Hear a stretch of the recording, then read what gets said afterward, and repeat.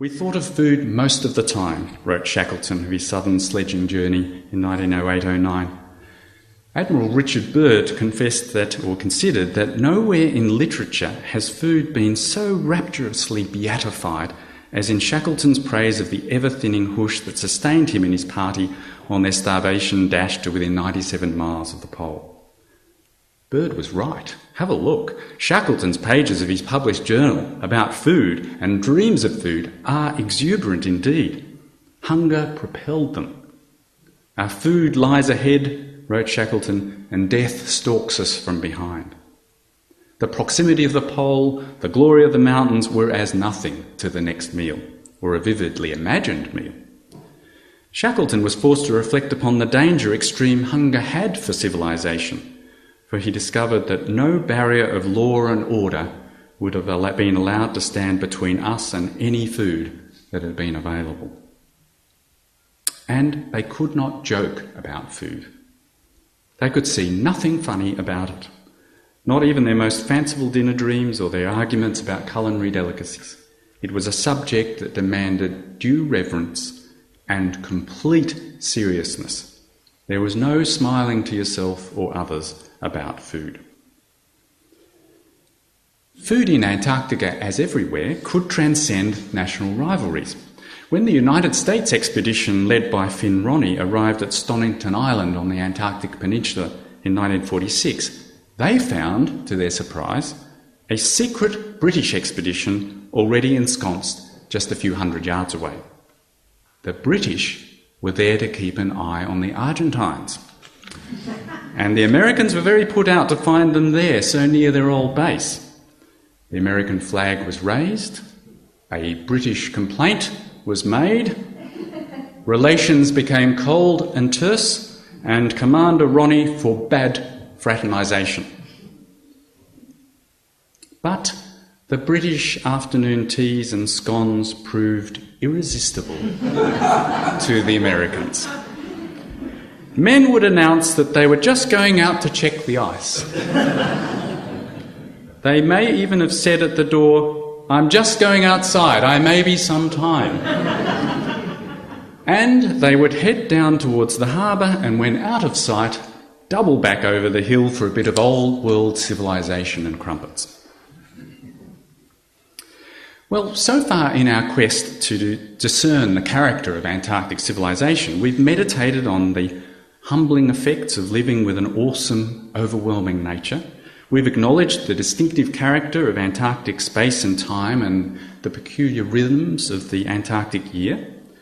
We've considered the quasi-religious myths and sites of the heroic era and the abstract idealistic goals of its exponents. And we've observed the extreme gravity and lusciousness with which food was and still is discussed, dispensed and dreamt over. Civilization first came to the ice in ships, and for quite a while it stayed there. Occasionally it came ashore and expressed itself in flags and anthems, and it constantly packed and unpacked itself into sledges and tents, and measured its geographical progress by sun and sextant.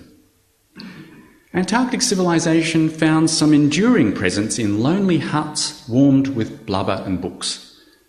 Buildings that have since been worn to a splinter by the wind or eaten by the ice, some of which remain today, although transformed by the passing of years from shelters into shrines.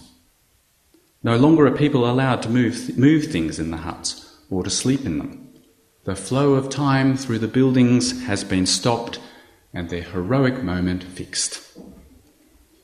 In the post-war era, permanent stations were established and communities were born where the human generations were mostly annual. No one lives their whole life there. No one comes home to them. But they are real communities with distinctive histories, and not just of the experience of discontinuity or of the eternal changeover. An intriguing local culture tenaciously takes root. Let's look briefly at the biggest of these communities, which is not just a village, but a town. It's where Antarctica has produced a weird kind of urban history. The main USA base at McMurdo Sound, known as MacTown, is now over 50 years old and has a population that varies from 1,200 in summer to 200 in winter. It has more than 100 buildings, and they include laboratories, observatories, dormitories, named, for example, Hotel California or the Mammoth Mountain Inn, canteens, a clinic, church, firehouse, bowling alley, barber shop, video store, gym, 3 bars, a coffee house and an aquarium. The base is serviced by a helipad, 3 airstrips and a harbour. You will even find automatic teller machines. There's a rumour that McDonald's has opened a franchise in MacTown, but Americans are too offended by the question to confirm or deny it. The place where you pick up recycled gear is known as Skewer Central. A weekly newspaper, the Antarctic Sun, is published throughout the summer, and Radio McMurdo is 104.5 FM. The station's oldest precinct is called Downtown McMurdo, or the Historic District. From the moment of its foundation next to Scott's old 1901 Discovery Expedition hut, first as a tent camp and then a cluster of 11 prefabricated buildings in 1955-56, this Antarctic city looked ramshackle and untidy, with 1 or 2 makeshift streets defined by bulldozers. At McMurdo, vehicles drove vaguely on the right, and a mile away at New Zealand's Scott Base, they drove vaguely on the left. Until, so the urban legend goes, a road connected the 2 stations and a US Navy Caterpillar tractor weighing 35 tonnes met a New Zealand Jeep. And the right of way was asserted. James Way huts salvaged from the Korean War provided some accommodation, showers were rationed to 1 a week, and huskies roamed the streets for food scraps and human attention. By 1970, McMurdo in summer was described as a dry, dusty American frontier town with saloons containing full-length nudes in the best Wild West tradition. The official language was English, but the dialect, at least in the 1950s and 60s, was expletive. According to one temporary resident, at McMurdo, the use of profanity has been developed into a fine art. The sound of summer was the thunder of helicopters. You could feel the beat of their coming and going in your chest. Today, under the steaming white cone of Mount Erebus, numbered buildings sprawl along unsignposted streets, and people can get lost even after 2 months' residence without any help from a whiteout. There are urban easements and backyards, fire alleys, truck turnarounds and rows of stores. The speed limit on Antarctic 1, as the residents call the main road, is 30 kilometres per hour. Antarctic bases are often compared to shabby mining towns. There's a brutal practicality about them and an abrupt disconnection with the landscape. MacTown tells us that in Antarctica, no matter how substantial the installation, it always remains a camp, but a camp with its own culture. Beyond the huts, beyond the stations, making sense and nonsense of everything, is the vast ice sheet. One view of Antarctic civilisation is to say that it has all been about coming to terms with the immensity and history and future of that vast icy outback. Antarctic voyagers of the 19th century had originally wanted rock, of course. They wanted rock and soil that they could plant a flag in and claim for their country. The ice was in the way, it was a nuisance, it was an obstacle. Later, the ice became a testing ground for physical endeavour, a source of beauty and fear, but still essentially an obstruction, stopping them from reaching, studying and claiming the land beneath. But by the mid-20th century, the ice itself became a primary scientific focus and was no longer regarded just as an obscuring and frustrating barrier between visitors and the much-desired land. They began to see ice as a mineral of interest in itself. They began to see glaciers as geological and Antarctica as a vestigial landscape, a giant white fossil. The continent of ice seemed to allow one to travel through time to the Pleistocene Earth. Antarctica was a luminous relic, a clue to lost ages. The ice had a history, and one that revealed the vicissitudes of the whole Earth and even offered planetary parallels with other bodies of rock and ice in outer space. Scientists in the 1940s had observed the recession of glaciers in the northern hemisphere and wondered if those in the south were also receding. They speculated about the influence of such a vast ice sheet on the Earth's climate and needed to know more about its size, history, and stability. So the intellectual and physical focus of Antarctic exploration shifted. In those first decades of the 20th century, the great symbol of heroic endeavour in Antarctica had been the sledging journey, and Scott and Shackleton and Amundsen and Mawson made legends of themselves in harness. The aim of the sledging journey was primarily geographical: to achieve furthest south, to reach a pole, to extend territorial boundaries, or to map features or coastlines. Explorers travelled over the ice and fought its surface, and they hungered for any rock that might defy or penetrate it. They craved nunataks, an Inuit word for those peaks of submerged mountains protruding above the overwhelming ice. But from the mid-20th century, a different type of journey became the centrepiece of expeditions. The traverse of the ice cap by tractor was the dominant heroic feat of the 1950s and 60s, and its chief purpose was the study of the ice itself. Scientists began to measure the depth of the ice sheet, and the pioneering glaciological work was done by a Norwegian, British, Swedish expedition in 1949 to 52. The men of this expedition thought the ice cap was no more than a few hundred metres thick, and so they were stunned to find that it was kilometres thick. They doubted their own arithmetic.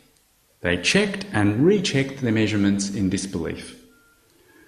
These men in their tractors crossing the ice cap travelled in 2 dimensions. Their tractors chugged up and down the gentle contours of the ice cap, while their imaginations, with help from the plotted soundings, followed the sharper topography of the land so far below them. The driest of all continents was actually a vast elevated plateau of frozen water. This startling discovery, just over 50 years ago, revealed that world sea level is principally controlled by the state of the Antarctic ice sheet. Since there was a much greater volume of ice down there than people had thought, then its corresponding impact on sea levels must be greater. Once the extent and depth of the ice cap became measured and known, research focused increasingly on understanding its history and its future. By measuring ice thickness, ice accumulation rates and ice velocities, scientists assessed the mass balance of the ice sheet. Is it growing or diminishing? And what changes are due to human industry? So questions about the ice had changed from how frustrating it was to how vast it was, to how continental, to how deep, to how old, and then to how stable. Ice became valued as a fossil and also as an archive, and then as a precious life source. Recent observable changes in the ice cap became anxiously assessed. As the American historian Stephen Pine put it, by the end of the 20th century, the preservation of Antarctica's ice sheets joined the protection of its penguins and whales as a test of human character. The confirmation of global warming due to human influence comes not only from the behaviour of the ice sheet, but more clearly and dramatically from the air bubbles trapped in those ice cores. The level of carbon dioxide in the historic air bubbles has leapt since the Industrial Revolution. Before Antarctica was even seen by humans, it was recording our impact. Every civilization defines itself against some other. A neighbour, an enemy, an indigenous people. In Antarctica, the indigenous residents were very well dressed. They generally greeted the first colonists in what looked like formal delegations. They nearly always approached visiting parties and exuded an air of confident ownership. From a distance in the elusive Antarctic light, they looked like a troop of uniformed men. Explorers kidnapped them and carried them home as trophies of territorial possession. Penguins have helped people to stay sane in Antarctica because they seem so human. To anthropomorphise a penguin is a survival instinct. The crew of the first ship to winter in Antarctica, the Belgica, trapped in the ice in 1898 and as far away from civilisation as any humans could be, thought that a posse of penguins on the winter horizon was a visiting mission and hurriedly got out of bed and got dressed. The Scottish Antarctic Expedition played the bagpipes to a resolutely unmoved penguin in 1903. Shackleton's 1908-09 expedition entertained penguins with a gramophone on the ice, and Scots men regularly sang to them. A Nazi from the German Antarctic Expedition saluted an emperor penguin with chants of Heil Hitler in 1938. Although the humanity of the penguins enchanted the visitors, it also exposed them to the kind of bullying and violence often perpetrated by voyagers on Indigenous inhabitants. The very passivity of a penguin was provocative. It literally stood up to you. During the Dundee Antarctic Expedition of 1892-3, the emperors, in spite of their size, were found to be hard to catch. The artists on board the Baleina, Byrne Murdoch, put it simply and brutally. He wrote, "We crept up to them, partly surrounded them, and let drive with our picks." He continued in traumatic detail. "I made a drawing of one of these extraordinary birds as it stood calmly on our poop after many vain attempts on the part of the crew to kill it. Driving a hole through its brain only saddened it, and all the most killing treatment usually applied to other animals only seemed to add to its expression of calm, eternal resignation. The crew became angry at its indifference, so they all sat on it. They strapped the bosun's belt about it so they could haul it around the ship. They lashed it up with fathoms of whale line. They harassed it with the ship's dog. It took them 4 hours to kill it, and it wasn't dead then. They drove holes through its skull and beat it with clubs. The doctor sat on its back and worked at its brain till it lay on the deck apparently lifeless. But 2 hours later, it was waddling about with its head in the air as if it had neuralgia. In 2005, French scientists and photographers made the Pointe Géologie colony of emperors famous with the release of the film called The March of the Penguins, and I'm sure many of you have seen it. 2 photographers crawled with their equipment over the sea ice through the long polar night in pursuit of nature and nurture. American religious conservatives promoted the film for its luminous family values. American churches block-booked cinemas and compared The Passion of the Penguins to Mel Gibson's The Passion of the Christ. In Antarctic terms, it was only slightly less religious to say that the Penguins' odyssey on the ice rivalled Robert Falcon Scott's, albeit with a happier ending. The March of the Emperor became a Christian pilgrimage in the face of adversity. Emperor penguins are monogamous, claimed conservative and Christian reviewers. No, they are only serially monogamous, replied Marxist commentators, reminding their readers that emperors often swap partners between seasons. Ah, but it is evolutionary pressures that explain seasonal fidelity, lectured scientists, because 2 parents are needed to rear the chick in such an environment.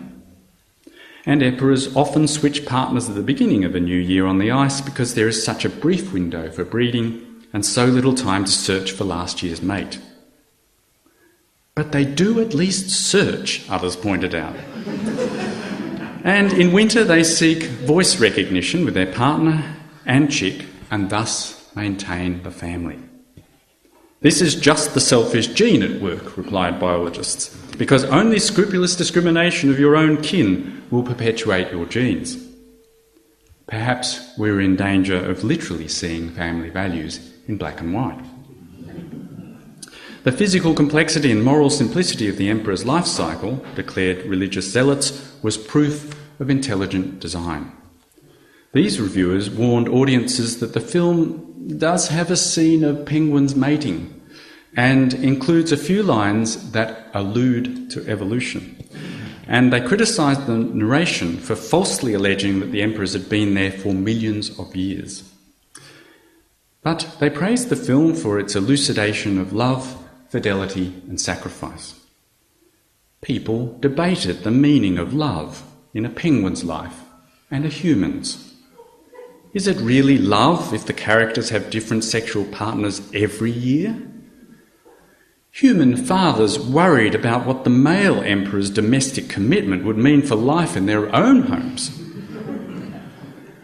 Conservatives wanted to agree with the English narration when it said that they're not that different from us, really. But radicals argued that this also meant that animal sex can be a lot like human sex, and then found gay penguins, promiscuous penguins, and sexually playful penguins. And so, human civilisation, as always, defines itself against and through nature. Like indigenous peoples encountered by voyagers around the world, the emperors were first seen to be a doomed race. Noble savages of a kind, destined to die out because they were a relic of lost ages. But as the humans came to know the birds better, they grew alert to variation and sensibility. They began to relate different colonies in time and place and to see the birds historically, and so conceded them a future. The life cycle of the emperors was subject to change and contingency, not just over millions of years, but from year to year. The birds now seem to offer a parable of evolutionary adaptation, or even a model of social behaviour. Soon, the intruding people came to realise that their own presence on the ice, and indeed on the planet, as scientists, as humans, might also change the life and prospects of the penguins in fundamental ways. In the first lecture in this series, Sir Guy Green described what is probably the most unusual and important dimension of Antarctic civilisation: the unique international culture that has grown up around the continent. The history of this ethos embraces scientific traditions of cooperation in Antarctica, the exciting International Geophysical Year, IGY, of 1957-58, the negotiation and signing of the Antarctic Treaty 50 years ago this year, in fact this very month 50 years ago, that fundamentally important meeting in Washington was taking place this month, and the establishment of an Antarctic treaty system that has proved enduring and resilient and which involves a commitment to consensus decision-making. I've not said much about these developments tonight because Sir Guy covered them so well in his August lecture. But we can perhaps argue that these political achievements draw their strength from the fact that not only are they idealistic, but they are also organic.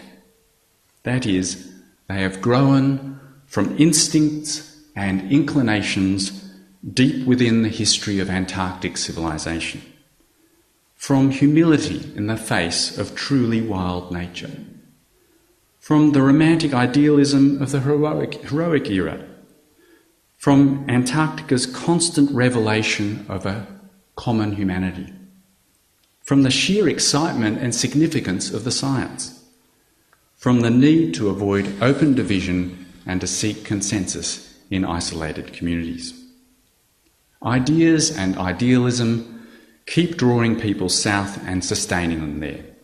A hunger for knowledge, a sense of wonder and curiosity about an extraordinary place remains the currency of community in Antarctica. When I began to nurture the idea of writing a history of Antarctica, I felt daunted by the task, and I still feel humbled by it. That's one of Antarctica's services to humanity, I think, to inspire awe and perhaps transcendence, and to remind us also of the boundaries of our own biology. I want to finish by suggesting to you that even though the future of ice on our globe seems perilous, the history of Antarctic civilisation suggests at least these three hopeful insights. First, that we shouldn't underestimate the political power in Antarctic culture of excellent research. Australia cannot lose by investing in science in Antarctica. And I mean science in the broadest sense of ideas, knowledge, wisdom and disciplined understanding. In other words, it includes the humanities, which will become an increasingly important part of understanding Antarctica. The second insight is that nations at tension with one another have found that in Antarctica they could foster dialogue, cultural exchange and mutual understanding. For example, during the Cold War of the 1950s, when Australia and the Soviet Union had suspended diplomatic relations, Antarctica offered one of the few arenas for normal, respectful interaction between citizens of the two nations. The cooperative relations that were quickly and easily established on the ice must have helped moderate, even in a small way, the scaremongering on both sides at home. And a third hopeful message is that Antarctica is a part of the world where strategic idealism has sometimes triumphed over short-term politics. I take heart from the fact that over the last century, Antarctic politics has surprised us on at least two occasions. One was the crystallisation of the Antarctic Treaty 50 years ago in the midst of the Cold War and after a period of escalating territorial rivalry. The other was the rejection of a minerals convention in the late 1980s and the rapid negotiation of an alternative, the Madrid Protocol. Looking back, we can see that each of these outcomes, although unexpected, grew from a groundswell of history. But neither of the outcomes was inevitable, and neither was confidently foreseen by a majority of players, even on the very eve of fruition. Greenpeace activists establishing World Park Base in Antarctica in 1987 had goals that in some ways look modest and conservative now that we know what was about to happen so quickly. In conclusion, then, two simplified alternative future scenarios might be envisaged down south. One is that Antarctica, the last continent, will slowly but surely follow the paths of the others. Inexorably, it will be colonised and compromised, thereby reducing its difference. Protocols are just pauses along the way. Humans, greedy, competitive, and driven ultimately by market forces and raw need, will be unable to stop themselves racing to the pole for whatever material resources it has to offer. The other scenario is that as the 21st century globe becomes more intensively inhabited and utilised, the crystal desert will become even more highly valued as another world where different rules apply. Antarctica might become a kind of secular shrine, a realm where nature is humbling and remains utterly in control, and where the finest human values are given space and voice. The idealism of this second scenario is not impractical. It has so far proven to be politically powerful in Antarctica. I hope that Australia will strengthen the opportunities for it to flourish.